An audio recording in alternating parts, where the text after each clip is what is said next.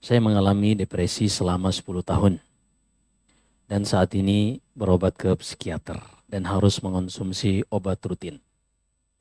Saya berusaha untuk menjadikan pengobatan tersebut sebagai ikhtiar dari sebab.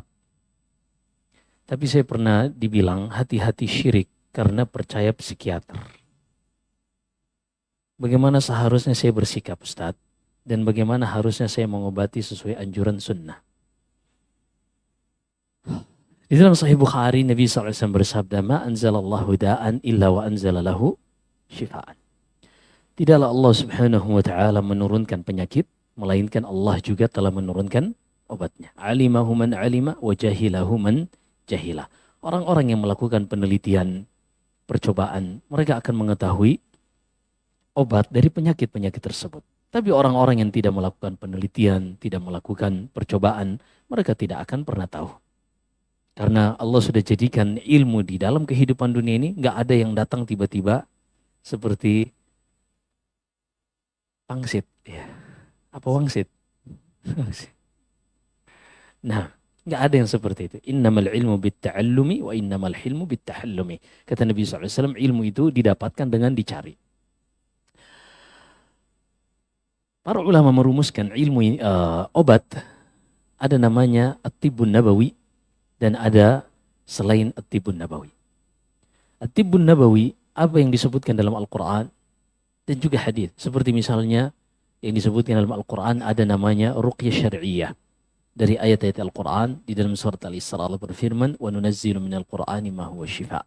Kami turunkan dari Al-Quran ini ayat-ayat untuk obat. Dan Allah bersebutkan tentang tibbun nabawi yang kauni, obat, yaitu berupa madu.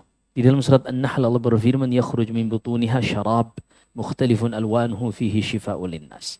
Keluar dari perut lebah ini cairan yang berbagai macam warnanya, obat bagi manusia. Ada madu, propolis, bipolen, dan seterusnya. Ini contoh obat dalam Al-Quran.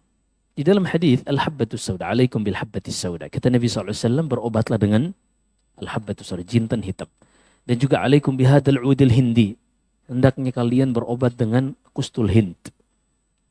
Dan memang obat antivirus, antibakteri, karena memang pahitnya level pro pahitnya ya.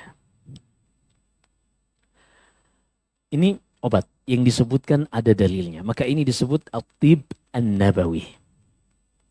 Selainnya disebut dengan at-tib al-badil, at-tib at-tabi'i, herbal misalnya, atau alternatif, atau at-tib al-kimiyai, atau obat-obat kimia.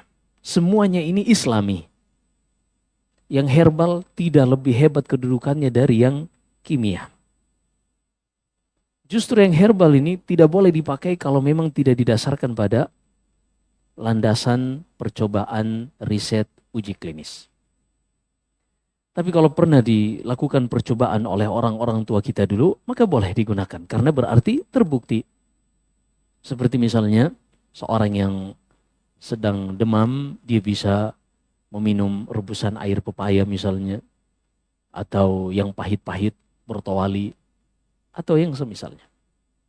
Atau seorang yang sedang diare, dikasih rebusan perasan daun jambu biji misalnya. Ini mujarrab namanya. Begitu juga orang sakit kepala minum paracetamol.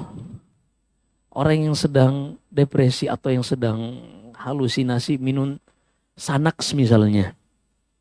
Orang yang sedang naik asam lambung minum lansoprazol misalnya. Ini sah-sah aja. Semuanya islami, sah. Itu bukan obat-obat saya, obat-obat teman. Iya. Alhamdulillah saya masih sehat kok. Alhamdulillah. Jadi semuanya islami selama sesuai dengan kaidah yang disebutkan oleh Nabi SAW dalam Sahih Bukhari tadi. Orang-orang yang melakukan percobaan, penelitian, mereka akan mengetahui obatnya. Begitu juga herbal dan seterusnya. Ternyata obat ini selain objek bendanya, juga subjek yang mengobati terkadang mempengaruhi dokter. Ada dokter yang saking seniornya, dia tuh jarang ngasih obat. Ternyata banyak penyakit karena ada teman dokter internis. Setiap pasien datang, cuma diusap-usap punggungnya, dinasehatin, udah nggak usah minum obat ya. Apalagi tentang asam lambung. Ternyata asam lambung itu lebih erat kaitannya dengan isi dompet ya.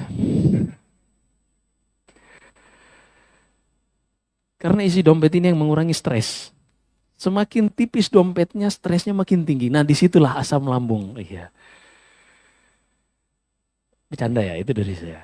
Tapi intinya, kadang dokter yang biasa menangani, terkadang ada ilmunya, maka yang seperti ini sah di dalam Islam. Tabib itu sah. Atau seperti psikiater misalnya, mereka belajar ilmu ini dengan kaidah-kaidah.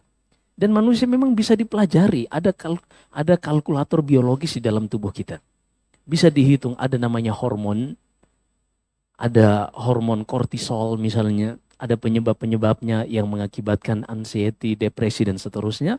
Itu bisa ditekan dengan obat atau dengan disentuh kata-kata tertentu atau diberi kesibukan dan seterusnya. Tapi nggak ada yang mengalahkan obat memang dengan mempertebal isi dompet. Ya.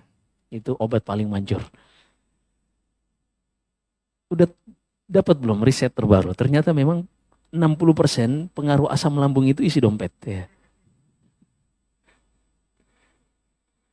Syahid boleh-boleh saja datang ke psikiater, psikolog. Iya, boleh-boleh saja. Itu sah. Tapi kadang psikiater juga datang ke ustadz sih, curhat ya. Serius.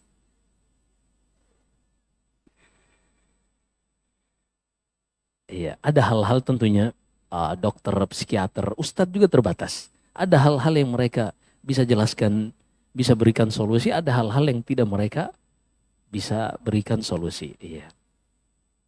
Saya ingat ada teman-teman dari satu instansi, kadarullah terjadi kecelakaan kerja yang mengakibatkan kematian. Ada satu tragedi besar, tapi kita tidak sebutkan tempatnya. Di salah satu rumah sakit, qadarullah banyak korban jiwa, maka pihak perusahaan pada saat itu ingin memberikan pendampingan kepada keluarga korban. Ya, pendampingan. Karena mereka benar-benar terpukul, ada yang ayahnya, suaminya, tulang punggung yang meninggal. Ternyata mereka ngundang psikiater untuk memberikan pendampingan. Tapi ternyata nggak ada perubahan. Akhirnya mereka undang ustadz. Iya. Antum pasti nanya kan, ada perubahan nggak? Nggak tahu, nggak dikasih tahu hasilnya soalnya. Tapi setelah itu katanya alhamdulillah mereka lagi terhibur. Mereka lebih, karena pada saat itu mereka semua muslim.